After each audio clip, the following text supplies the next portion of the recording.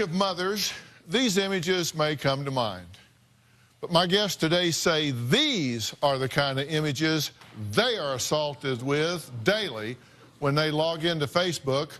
This is Mom Rachel. Now, Rachel admits she was a party girl when she was younger and often wasn't around for her own child. Her daughter Abby is now 18 years old and says she was basically raised by her grandmother Dixie because Rachel was out living the high life. But now Rachel is in her late 30s, married, and claims that things have changed. Her mother, Dixie, disagrees. She says Rachel is still bar hopping and stays out all night like a single 21-year-old. My daughter is a selfish bitch. Abby's whole childhood has been without a mother. Drugs and alcohol got in the way. They've always come first. Even after spending a year in prison, her addiction never stopped. She's very narcissistic. Rachel would go out and have a couple of drinks and leave Abby alone with no dinner. Rachel has always felt entitled, and she's very materialistic. Rachel's an extremely manipulative person. She's always been able to play the victim and play it very, very well. She knows how to get what she wants out of me. She's come to me, Mom, I can't pay my rent. Mom, I can't pay my electric bill. We've paid legal fees. We have easily spent close to $400,000 on Rachel since she turned 21. For some reason, Rachel has some really deep hatred for me. My last text from her told me what a despicable human being I was. I was a Rachel tells me that I have no friends, that I have to buy my friends. She tells me that I am the worst mother there ever was, that I've never done anything for her. I don't know that I even want her back in my life. Well, so at this point, you are raising your granddaughter. Yes. She's living with you. Yes, she is. And your daughter objects to that. Very much so. And why are you raising her? Why is she not with her mother? Because her mother can't raise her. Her mother, why? I don't know why. She doesn't want to be a mother. You say she's a narcissist. Very much so. You think she's been a drug addict? Yes. You think she is now today? She is today. You think she's actively a drug addict today? I know she's actively on Suboxone. Okay, do you think she is drinking? I know she is. So she's taking Suboxone and drinking? Yes, sir. Okay, you think she's out partying? Yes, sir. Well, let's hear Rachel's side of this. I mean, let's hear what she has to say.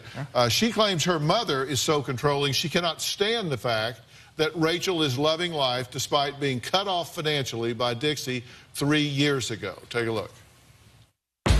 My mom is narcissistic, controlling, and evil. She's just got pure venom. My mom's voice sounds like a demon to me. It sounds awful.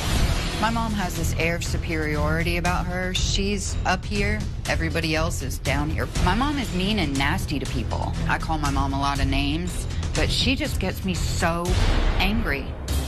I don't know why my mom judges me for what I do. I'm not this social butterfly party animal that my mom thinks I am. I can't tell you the last time I was in a club. I don't even really own dresses. I'm the most boring person.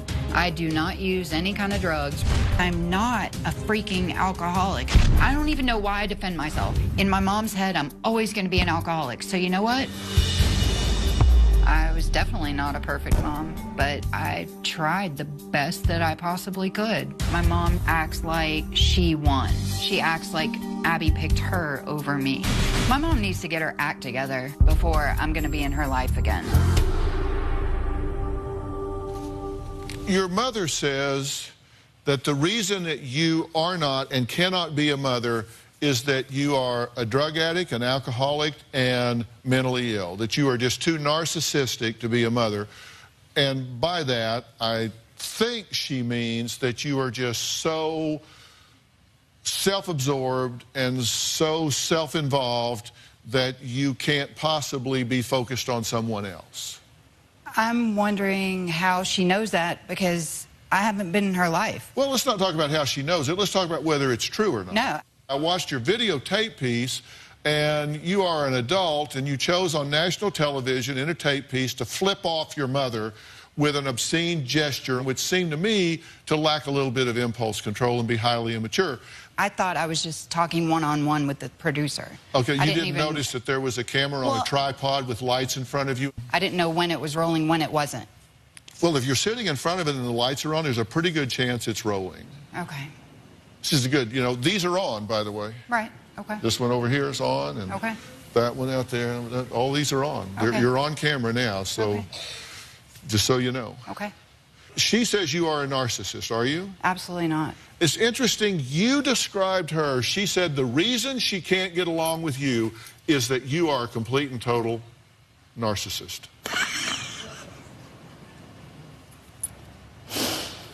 Okay. You find it funny? I find it hilarious. I find it tragic. I find it tragic, but I do find it interesting that both of you describe each other the same way. Your problem with her is that she's not a stable mother. Absolutely. And she hasn't provided a stable home. I don't know so much that she's narcissistic as she is totally self-absorbed.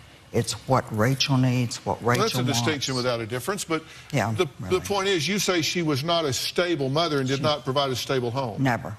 Never. Okay, and we'll look at that in a few minutes because I think there has been a lot of instability there. And I look at legacies. Are things passed from generation to generation? Were you stable as a mother? Oh, I think I was always stable as a mother. I wasn't stable in relationships. How many times were you married? 4. So you're in your 4th marriage? I'm on my 4th, yes. And final. So a lot of changes. A lot in of her change. life. Well, the first time I married, I was only 19. But a lot of changes in her life along the way. Not really. She only had 2. I mean, my husband came along when she was 19. He always treated her like she was his daughter. My husband before that came along when she was 4. I went to 12 schools growing up. Just from kindergarten to 12th grade. That's not true. 12 different schools. That's not true. That's what not was it, true. 10? Well, no, 8? she went to Catholic school. 9? No, she went to Catholic school while the whole time we were in New York until the very last year, and we were in New York for 8 years. So did she change schools a lot? No, no. So she just lied? She just lied. I can name them all right now. Okay, let's do that. Okay, I started at Christian school. That was pre-K. Okay, pre-K. Then I went to St. Mark's in New York. I went to Resurrection in New York. I went to Good Shepherd in New York. I went to PS 52. I went to Shellbank Middle School. I went to Sheepshead Bay High School. Okay, why did you go to so many I don't care why. different That's like Catholics? 8 she's added. Well, why right did you away. go to so many different Catholic schools? You tell me. I was a She kid. kept getting in trouble. I just remembered Catholic school. Okay, so she didn't lie. You said, yes, she lied. She didn't lie. You just didn't remember. I didn't remember that there were 4 different Catholic schools. Wow, interesting. You didn't remember the schools that your children went to. Okay. Well, I'm all right, next, we're going to meet 61 years Rachel's 18-year-old daughter, Abby, and find out why she says her mother is a bad mom, why she refuses to live with her anymore, and we're going to find out if this legacy is something that's passing from generation to generation to generation. We'll be right back.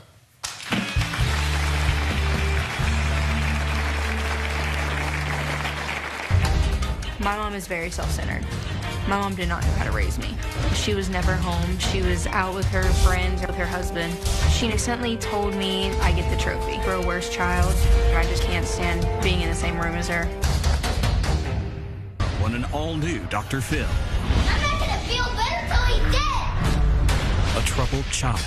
He has been diagnosed with 18 mental illnesses. A tormented family. This is where Steve decided to hold his brother underwater. Living in fear. Do you think he could hurt one of his siblings? And in over their heads. I just can't imagine my sister treating this child like that. That's tomorrow. Rachel's priorities have always been screwed up. I get bills here for her all the time that are past due. Rachel is always immaculate looking. Her hair is always done. Her nails are always done. She keeps up her massage membership, and yet the bills don't get taken. Well, Grandma Dixie says her daughter Rachel drove her daughter Abby away because of her bad parenting and partying. Abby says she is fed up with Rachel not being there as a mom. I pretty much hate my mom. My mom is very self-centered. She is a narcissist. My mom feeds off drama and chaos. My mom has called me many names before. She would call me a spoiled brat, tell me I'm only living with my grandparents because they have money. She innocently told me I get the trophy for a worse child. My mom did not know how to raise me. She was never home. She was out with her friends or with her husband. I never had any boundaries. She never cared what I did. I felt really alone. My mom dresses like a 16-year-old. She loves to show skin. People just look at her like, how old are you? What are you wearing? My mom posted a picture of her dressed up as Miley Cyrus on Halloween in a little bear costume. She posted a picture of her on a stripper pole. My mom posted a picture of a bunch of drinks on the table, and her caption was, I might not have my underwear, but I do have my martinis. The most embarrassing one is her friends were kissing on her. It's wrong, and it's disgusting, and I don't like it. I just can't stand being in the same room as her. If my mom doesn't change, I'm gonna have to cut her out of my life. Did you know the camera was on when those were taken? Yeah. Okay, so you find those embarrassing, okay? And you don't want to live with your mother at this point? No. Okay, and your mother says that's because your grandmother has poisoned you against your mother by filling your head with a bunch of bad things about your mom. Yeah. Is that true? No, not at all. I choose not to live with my mom. Do you think that the things that your daughter is citing in terms of your Facebook posts and behaviors, that sort of thing, do you believe that maybe those things are inappropriate or are an embarrassment to her that her mother's doing that? Yeah, I really do see how that is inappropriate. They actually took, you know, the worst photos of me and are generalizing it that that's the way I am. Well, this is what she is choosing to tell us is representative of what embarrasses her. I do regret that. Okay, were you drunk? No. You put a whole bunch of pictures on Facebook. How is that embarrassing to you when you uploaded a whole bunch of them? Okay, well, here's one. On October 25th, you said, My birthday. oh my, champagne martini and wine. I may not have panties, but I've got alcohol. Happy birthday to me. And I can explain that. I understand you lost your luggage. I lost my apparently luggage. You weren't wearing panties when you lost your luggage? I was wearing panties. Okay. I can see how it is taken in such a bad way, and that is really not what I meant. And this is your Facebook 2008. post? Exactly. Exactly my point, because that means she was 10, and her mother is posting, needs to get some. When she's 10. That's disgusting. Then here we come 2 years later, really wants to meet a hot guy, laugh out loud. Serious though, really. Weren't you married during that, 2010? Is Look, working I'm not on perfect. I admit, I have made mistakes. He's talking. It's a pattern across time. These aren't isolated. This is across time. And she's saying this is embarrassing. I'm just asking, does she have a valid point? Yes, she does. I ask you if you thought you grew up in an unstable situation. You said yes. Absolutely. She said, oh, no, she didn't. She only went to like 2 schools, and you rattled off 8. She kept getting in trouble at the schools that she was with, and they would ask that she leave the school. You know, I always find it interesting when parents talk grade. about their children as if they had nothing to do with who they became. Oh, no, I'm sure I had a lot to do with who she became. I mean, I know that alcoholism runs in my family. It runs in her father's family. Well, I put together a little compilation of where you've lived. Okay? You're born in 96 and you live with your dad. And at age 7, in 03, you move in with your mom. Okay? At age 10, you move in with your dad. Then at 11, you move back in with your mom. Then at age 12, you move back in with your dad. Then at age 14, you move in with your dad's mom. Then you move in with Rachel. Then you move back in with your dad. So in that 1 year, you're with your dad's mom, then with Rachel, then with your dad. Then in the next year, you move back in with Rachel. Then the next year, you move in with your grandmother. Then the next year, you move back in with Rachel. And then 6 months later, 8 months later, you move in with your grandmother. So I'm counting here from age 7 across, you've been bouncing around back and forth. The reason Abby moved out of Rachel's the first time was because Rachel told Abby, I have some friends coming in town. You need to find yourself a place to stay. Wow, that is so not true. Is that true, Abby? Yeah. You told me your friends were coming and I needed to go find somewhere else to stay, meaning stay at Nana's because they were going to use my room or my bathroom, Abby, I would not just kick you out of the house. Rachel, you did. Okay. How old were you?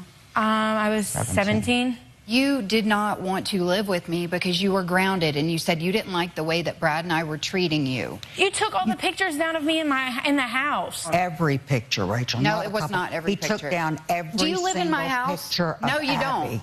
You don't live in my house. He took down every single picture No, of he Abby. did not. You wouldn't. This is not You true. totally ignored her. That is not true. Yes, it is true. You weren't there. Abby was. You don't come to me with any of this. And why don't I come to you? We get along fine when it's just you and I together. When you came over a couple weeks ago to get your stuff, I was you civil gave with me you. a I didn't hug. wanna... You were nice. You're only this way with me when you're around her. That's not true. I don't want to sit in your house when I don't feel comfortable and argue with you. We have not argued in so long. You ask me all the time, are you still mad at me? Are we okay? No. Like, you don't... Then why don't you say something? I have, and then you keep texting me, and you keep texting me, and then you never leave me alone. Oh, these texts are interesting. We're going to find out why Rachel thinks her mom is using money to control Abby when we come back. I wish I had that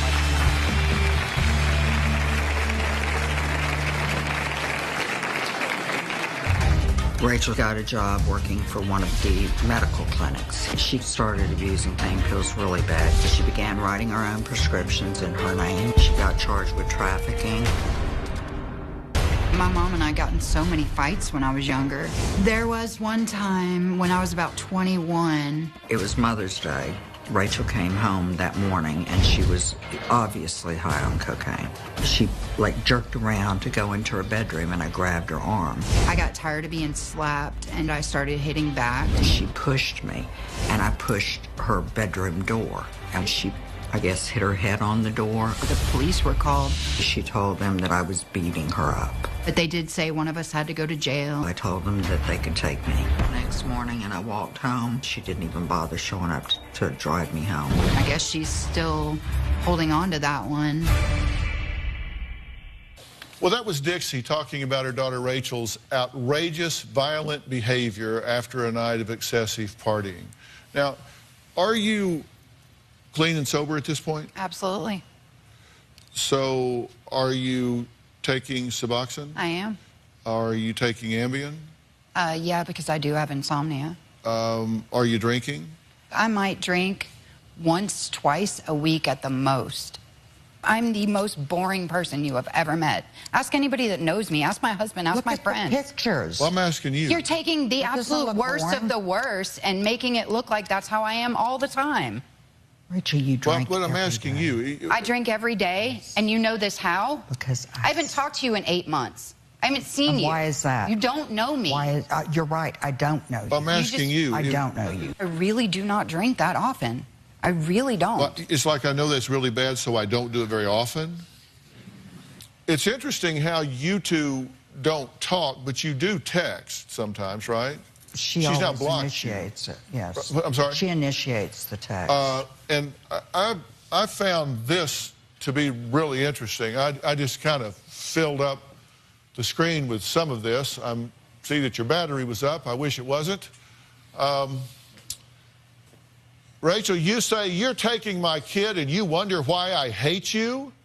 Really? You get help, you narcissistic bitch. Blocked. Bye.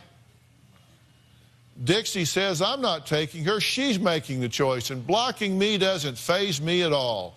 You did that years ago. I helped support your ass until 3 years ago, and you were 35. And don't ever try to tell me what I can and cannot do. Remember your place and go have another drink. I mean every word. But it's very obvious when Rachel starts texting whether she's drinking or not.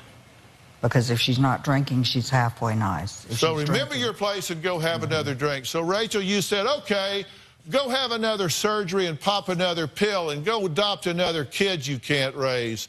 You're the joke here, not me.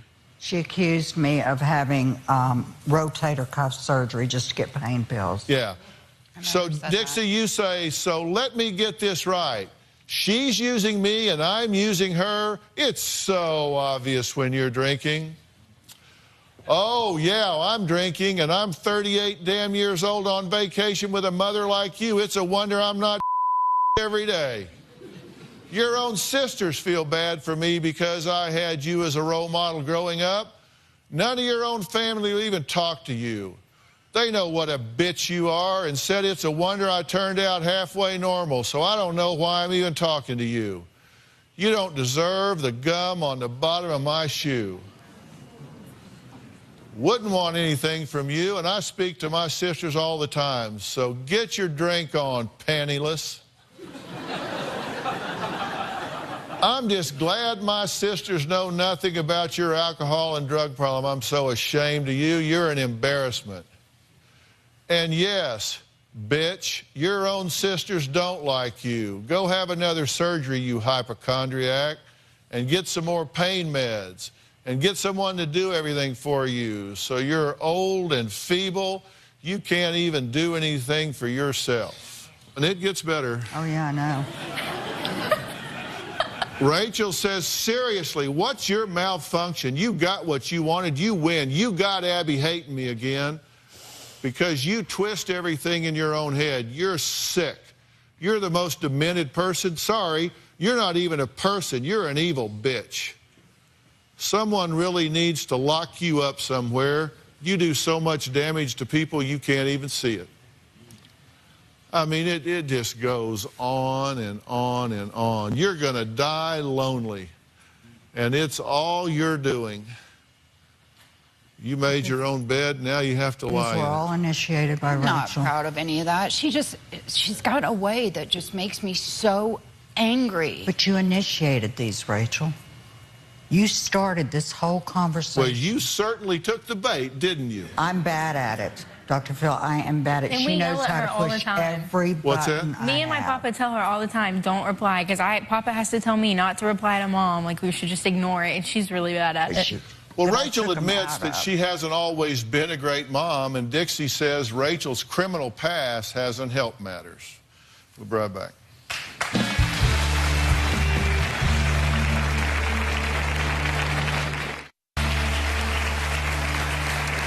Well, we're talking to Rachel today, whose daughter Abby and mother Dixie both agree Rachel's mothering skills, well, they just leave a lot to be desired, according to them. Instead of making cookies, Rachel has spent a lot of her life partying, according to her mother Dixie, who talks about Rachel as though she has absolutely nothing to do with who she turned out to be. No, I that's not don't true. get that.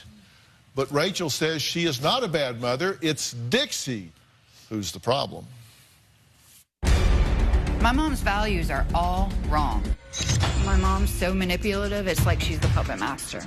Everything seems to be about money with my mom. My mother's trying to bribe my daughter by buying her things. She dangles cell phones, cars, and rent-free living in front of my daughter. My mom takes pride in controlling things and wants everybody to know that she wears the pants. My mom bought Abby an iPhone. She wanted to be able to reach Abby whenever she wanted. When Abby stopped answering every single call from my mother, she took the phone back. She checks my daughter's bank account on a regular basis. She is like a drill sergeant. She just has to be the one in control. My mom is not a good role model for my daughter. She doesn't know what the concept of a family is. My mom has turned my daughter against me. She should be telling Abby, your mom loves you so much. Your mom really cares about you. Well, you know, Abby, I'm really sorry that you're caught in the middle of this. And I always have two rules I follow with children, and one of them is you don't ever involve them in adult issues. And your grandmother has involved you in adult issues. Your mother has involved you in adult issues. Dr. Phil, I'm sorry, but that's not true. Well, Abby I'm sorry, but I just disagree. Abby comes to me with things her mother has done. Yeah. I don't go to her because I don't know what And what do you you're doing, do? You Rachel. say, yeah, your mom really is a piece of crap. No, Instead of saying, you know what, she probably made a mistake. She loves you. But Rachel, you've been making mistakes since this baby was But you born. know how much I love Abby and care about her. Loving is not taking care of her. You can't just take care of her with love. No, you have to open your wallet. No, it's not your wallet, Rachel. It's your heart. You know nothing about that. I don't know you. No, you don't. I don't want to know you. Okay. I don't want to know you. That's why 3 years ago I said, you're poison to me. I can't be around you. She had gotten me to the point where I was physically ill. She doesn't sit here and down you 24/7, and that's what you think because you guys argue all the time. She's told me many times you love me. I know that you love me, but I do come to her with the text message that you send me when Papa's home because... Why didn't you come to me and say, Mom? Because every time she comes to you, you tell her to ask Brad. Okay, all right, when I saw that Facebook post about you not having your underwear, who did I text first? You. And then you blamed it on Nana. I didn't blame it on her. Yes, you did. Yes, you did. Yes, I texted you and you were like, Nana's just twisting words around in your mouth and you know that's not true. Yeah, because you guys acted like I'm running around with no underwear. If I go on Facebook and I see that, it looks like you don't have underwear on. Sorry, but that's not my problem. You posted that. If you look at my post before that, you would see where my luggage was. How do you lose your luggage when you're driving? Do you think that is seriously the issue here? No, I don't think it's seriously the issue. Do you really think how she lost her luggage? I would just like to know, how do you lose your luggage when you're driving? Okay, that's how you want to spend your time No, here. it's not how I want to spend my time. Okay, then let's withdraw the question. I want her to get some help. Abby says all of her mother's problems stem from Rachel's addiction and her irresponsible behavior. Take a look. I was 12 when my mom went to prison. Rachel got a job working for one of the medical clinics. She started abusing pain pills really bad. She began writing her own prescriptions in her name. She got charged with trafficking. Rachel was placed in the county jail. We got her one of the best attorneys in town. She got work release, and then they had caught her with pills. She got caught sneaking drugs back into the facility. They revoked her probation. She was sent away for a year. I was very, very sad for Abby. My mom acted really weird when she got out because she didn't really know who I was. She missed a lot. Rachel never expressed any remorse for what she had done. Here's the issue. I truly believe that this battle between the two of you is hurting Abby. Dr. Phil, it's like I said, though, this just started when Rachel was in prison. I'm sorry. Okay, and your point is? My point is, therefore, it's not impacting her today? No, that's okay, so what is your point? She needs some help. Okay, that's your point? She's been an addict since before Abby was born. Mm-hmm. She has drank. And I'm seeing an addiction specialist every month. We haven't talked in a long time, if you can't tell. Yeah, they're catching up, aren't they? Yeah. Well, next, Rachel says Abby will move in with anyone who offers her a free place to live with no rules.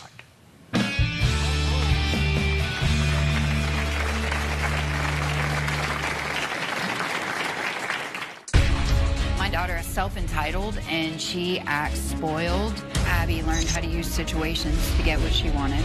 Abby living at my mom's house is very frustrating because I know she is over there doing what she wants to do when she wants to do it. An all-new Dr. Phil. Can she help her troubled son? I'm not gonna feel better till he's dead! And protect her family? Do you think he could hurt or kill one of his siblings? That's tomorrow. Abby is my mom's slave. She's my mom's bitch. My mom's got an 8-year-old and a 15-year-old running around. Abby runs her errands, cooks dinner, cleans the house, takes care of the kids. No wonder you want Abby there so bad. Abby should be focusing on finishing school and getting into college. She needs to be starting her own life and not focus so much on my mom's household. Well, Abby says she recently moved in with her grandmother, Dixie, because her mother, Rachel, was too busy working and hanging out with friends. But Rachel says that Abby is manipulative and will live with anyone who pays her bills and has no rules. I think Abby's a good kid, but I think her priorities are just a little bit messed up. My daughter is self-entitled and she acts spoiled. Abby learned how to use situations to get what she wanted. She's learned manipulative behavior from bouncing from home to home. Just kind of goes wherever things are easy for her at the time. Abby living at my mom's house is very frustrating because I know she is over there doing what she wants to do when she wants to do it. I want my daughter to value family over material possessions. I love her with all my heart. I would do anything in the world for her. But my mom just feels the need to, like, take all that away. What do you want to see happen? Forget about that for a second. Just tell me what you want to see happen. My mom to stop blaming everybody else. Yes, I do run errands, but I mean, my Nana does pay for a lot since I don't work that much, since I am trying to go back to school. So you have no idea, and you're starting to piss me off because you have no idea. You think you know everything, but you don't. I could say the same. Okay, that's your problem with her. Me acting spoiled, that is wrong. What's your plan? Where do you want to be 5 years from now? I want to be graduated from college, and I want to be on my own, where I don't need anybody else's help, and I don't want to be somebody's bitch, as you say now. I want to be able to support myself on my own and not have to ask for anything so they don't argue like this and accuse each other of everything. And I want my mom to stop blaming everybody else for her problems. You can roll your eyes all you want. That's all you ever do. It's never your fault. It's always someone else's. I'm not blaming anyone for anything. Who am I blaming, and what am I blaming them for? So what you want is to achieve some independence and some productivity in your life. Because, you know, we've got an old saying in Texas that sometimes you got to rise above your raisin. And that's really true a lot. That you can grow up with some things that don't work real well, and you can either continue that legacy or you can choose to go in a different direction. And there's no doubt that your mother has made some really bad choices in her life, right? You've gotten in trouble with drugs, you've gotten in trouble with the law. Yeah. I don't think you're through with your trouble with drugs at this point. Your definition of clean and sober and my definition of clean and sober are diametrically opposed. I mean, honestly, from where I came from, you know, 10 years ago, see, that's the problem. I never get any credit for as far as I've come. I'll give you credit, but you say from where you come from, but you just admitted on stage that you're doing Suboxone and drinking. Doing Suboxone. I'm taking a medication as prescribed. They can kill you, Rachel. It can kill you. Tell me what your objective was for interrupting my dialogue with your daughter. Tell me what it was you wanted. I'm worried that I'm going to hear one day that my daughter is dead. Okay, and so you have someone having a clinically directed conversation with her. I'm sorry, and you think that's a really good time to jump in and tell her how badly she's doing. She's just in denial about everything. Okay. Well, how about this? How about you've had your shot? How about give me a minute to talk to her?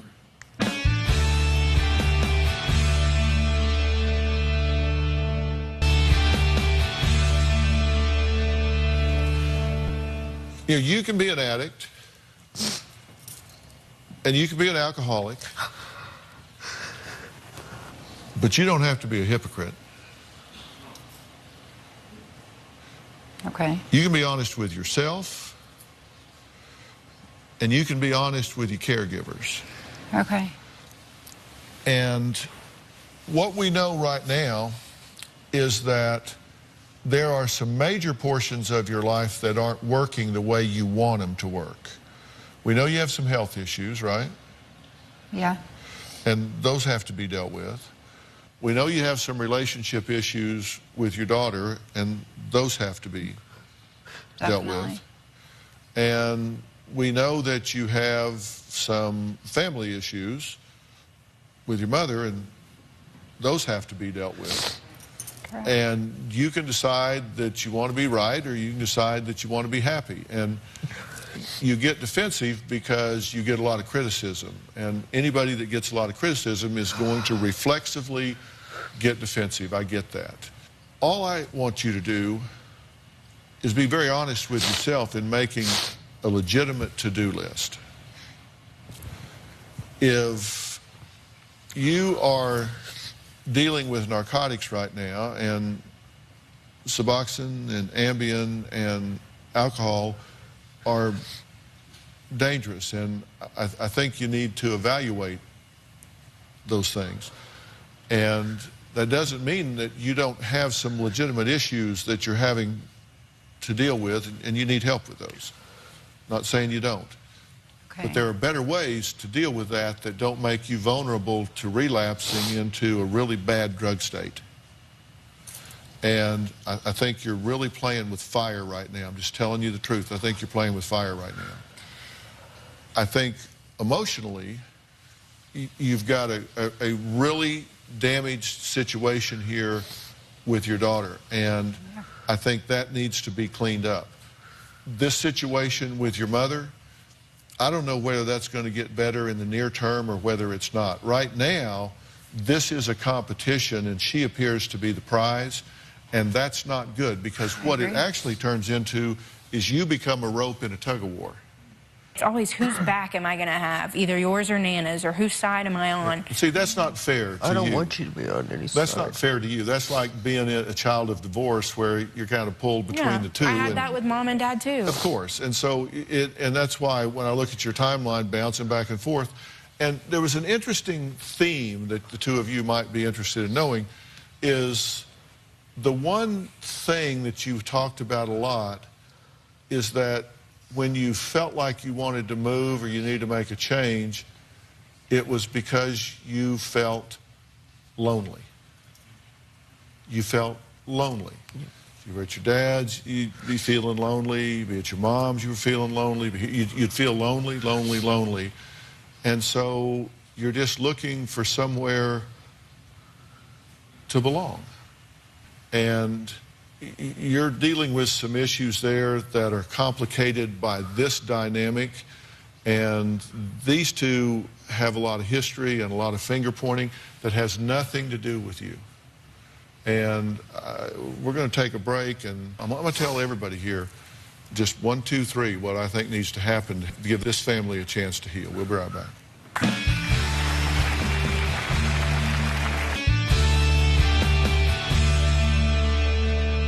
Rachel, I'm going to start with you and tell you that I think that right now, healing a relationship with your mother should not be at the top of your list. I'm just honest to tell you that. I hope that comes, but I tell you that the relationship that you need to work on first is the one you have with yourself. Because I said you don't want to be a hypocrite. You don't want to be a hypocrite. Relationship power comes from personal power, and I really think you want to do better. I think you want to get healthy in every sense of the word, and I think you want to have a good relationship with your daughter. But you've got to get yourself together first. And at this point, I don't think that's where you are, and I don't think that's how you feel. And I want to really help you get to a point where you have a personal grip on where you are and what your to-do list needs to be for you. And I think that means that you need to be evaluated mentally, emotionally, biochemically, physically, in every way to figure out where you are. Wouldn't you like to know how to have a conversation with her about having gone to prison and about becoming a drug addict and about not being there a lot of the times? Wouldn't you like to know what to say to her to help her accommodate to that and to hit the reset button and move forward? Wouldn't you like to have some of the dialogue that would help you do that? Yeah, definitely. That's what I'm saying I would like to help you do. And I would like to do that with you first and then begin a step at a time with her second. And then as that rounds out, there's going to be a lot that has to be done with your mother. I very much want to help you as a child of divorce and a child of an addicted parent and a child of all the things that you've been through. There are some things that you can learn that help you know how to position that. And I want to get you that help and provide you that, because I think you will learn to not hold yourself responsible for all of this and a whole lot of other things that will keep you from being distracted as you move forward in the pursuit of your life goals. And I want to help do that. And I think if we start there, then we'll get to the rest of this as we move forward. Fair enough? Okay, that's what we'll do. I want to thank all of my guests today. Log on to drphil.com and share your thoughts on our message boards. You can also find me on Facebook and Twitter using hashtag Dr. Phil. We'll see you next time. Thank you so much.